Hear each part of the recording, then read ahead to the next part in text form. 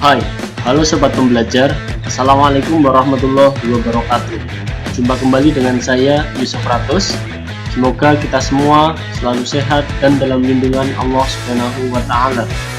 Sebelum memulai video ini, sudahkah kalian berdoa? Jika belum, silahkan boleh di pause videonya untuk berdoa terlebih dahulu. Sudah siap? Baik.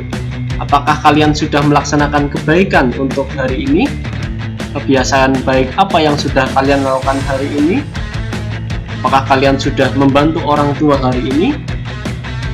Nah, jika sudah, bagus. Kebiasaan baik harus selalu kita terapkan. Dan jika belum, ayo mulai berlatih untuk melaksanakan kegiatan baik setiap harinya. Karena itu bermanfaat untuk kita sendiri. Baik, langsung saja masuk ke video pembelajaran.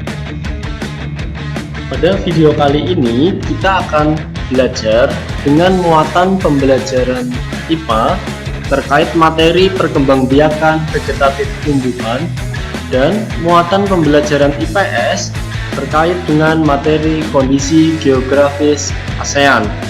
Masih ingatkah kalian perkembangbiakan pada tumbuhan? Ya, jika belum, silahkan bisa dilihat pada video sebelumnya. Kita lanjut pada perkembangbiakan tumbuhan. Terbagi menjadi dua, yaitu generatif dan juga vegetatif. Yang akan kita pelajari adalah perkembangbiakan vegetatif. Perkembangbiakan vegetatif berarti perkembangbiakan yang terjadi tanpa perkawinan dari tunas, umbi, dan juga akar. Perkembangbiakan vegetatif terbagi menjadi dua, yaitu alami, artinya terjadi secara alamiah, dan buatan, yaitu dibantu dengan manusia.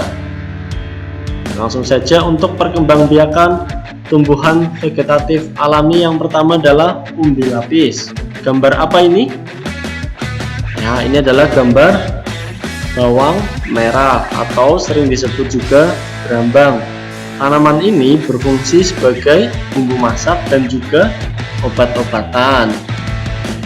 Umbi lapis memiliki susunan yang berlapis-lapis.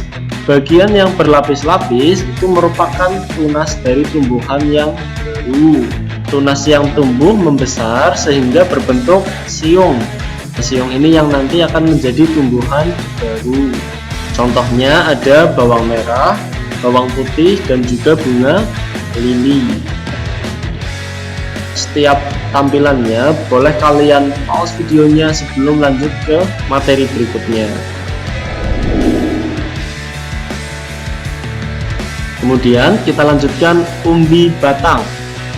Umbi batang sebenarnya adalah batang. Ya, pada umbi batang terdapat mata tunas. Mata tunas dapat tumbuh menjadi tumbuhan yang baru. Contohnya yaitu kentang dan ketela rambak. Berikutnya, umbi akar. Umbi akar, ya seperti ini gambar contohnya. Gambar apakah ini? Ya, umbi akar merupakan akar yang menggembung dan berisi cadangan makanan. Ciri-cirinya yaitu umbinya tidak beruas dan tidak memiliki mata tunas, lalu tidak memiliki kuncup daun. Contohnya yaitu wortel dan dahlia. Kita lanjutkan yaitu geragi. Geragi sebenarnya adalah batang yang tumbuhnya menjalar. Pada ruas-ruasnya akan tumbuh tunas. Kemudian tumbuh akar pada batang yang menyentuh tanah. Contohnya adalah arbei dan juga rumput teki.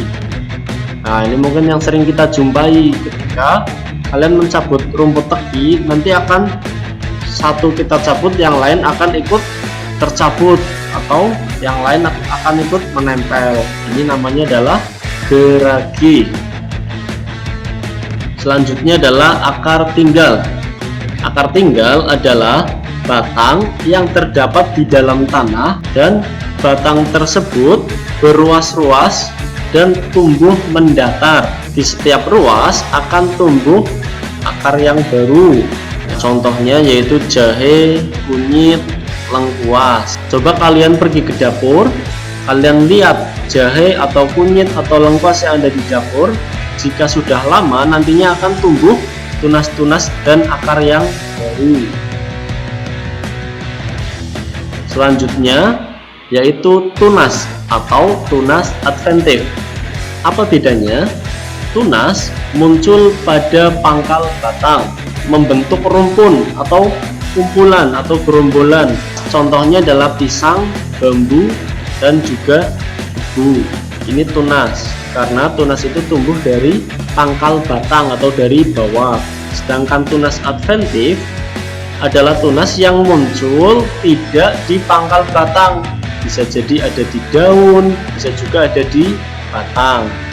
Pernahkah kalian menemukan tanaman yang memiliki tunas tapi dari daunnya atau dari batangnya?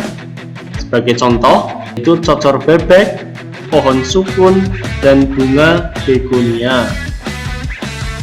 Jika tadi sudah belajar vegetatif alami, sekarang kita belajar vegetatif buatan, yaitu perkembangbiakan tumbuhan tanpa perkawinan namun menggunakan bantuan manusia.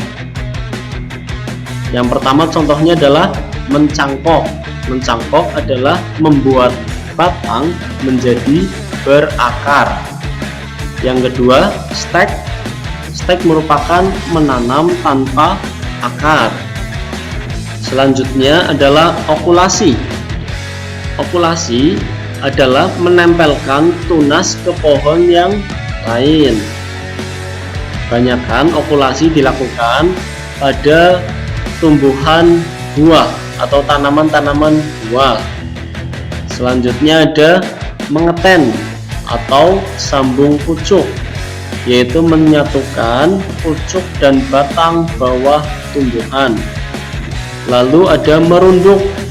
Merunduk adalah merundukkan atau menurunkan batang sampai ke tanah hingga tumbuh akar yang baru. Dan yang terakhir, kultur jaringan, yaitu membiarkan jaringan pada media khusus atau media tertentu.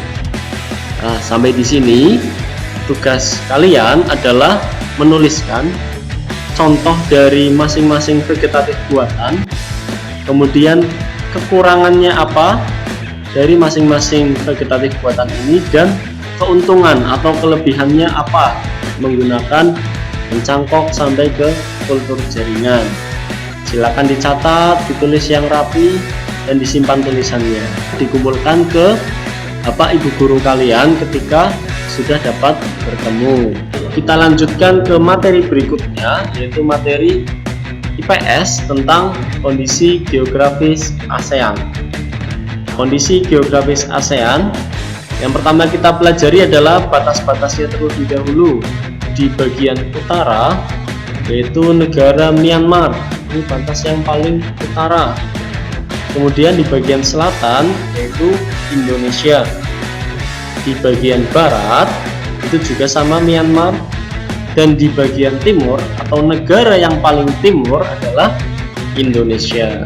Ini adalah batas-batas di Asia Tenggara. Selanjutnya, kondisi iklim yang ada di Asia Tenggara itu ada dua, tropis dan juga subtropis.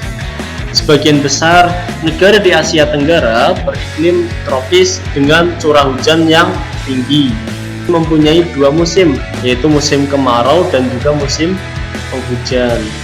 Dan Asia Tenggara juga terkenal memiliki hutan hujan. Hutan hujan ini kaya akan flora dan fauna yang beraneka ragam, dan juga ada kayu rotan dan juga kebutuhan-kebutuhan lain untuk mencukupi kebutuhan manusia sehari-hari. Dan untuk negara yang beriklim subtropis, itu adalah negara yang paling utara, yaitu negara Myanmar. Selain iklim, di Asia Tenggara juga mempunyai laut. laut merupakan sumber bahan pangan dan juga menjadi jalur transportasi karena keindahannya juga dijadikan objek wisata dan menjadi bahan tambang minyak dan gas alam dan juga bahan tambang yang lainnya. Uniknya di Asia Tenggara ada satu negara yang tidak mempunyai pantai, yaitu negara Laos. Hasil tambang dari setiap negara di Asia Tenggara sebagai berikut. Silakan boleh di pause videonya untuk mencatat.